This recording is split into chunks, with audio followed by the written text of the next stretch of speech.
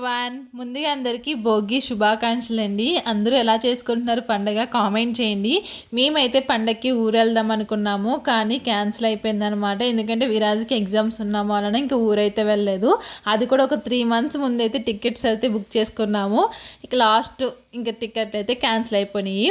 So ఈరోజు మేము గుజరాత్లో ఎలా చేసుకున్నామన్నది చూపిస్తాను. సో మార్నింగే పిల్లల్ని నిద్ర లేపి వాళ్ళకి నలుగు పెట్టి తలస్నానం అయితే చేయించాను. ఊర్లో ఉంటే మాత్రం భోగి మంట వేసుకుని మంటలో వాటర్ కాసి పిల్లలకైతే తలస్నానం అయితే చేపిస్తాము.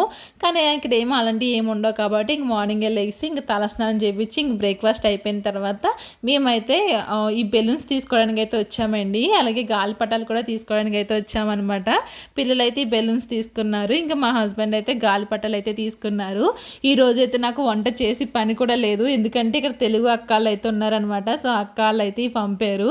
ఇంక ఇయ్యే మేము లంచ్కి తినేసిన తర్వాత ఇంక పైకి అయితే వెళ్తున్నాము గాలిపటాలు అయితే ఎగరేయడానికి. ఇక్కడ పండగ అంటూ ఏమన్నా ఉన్నదంటే ఇది ఒకటేనమాట. ఓన్లీ గాలిపటాలు ఎగరేస్తారు. అది భోగి ఇంకా సంక్రాంతి రోజున 2 రోజుల్లో కూడా గాలిపటాలు అయితే ఎక్కువ ఎగరేస్తారండి.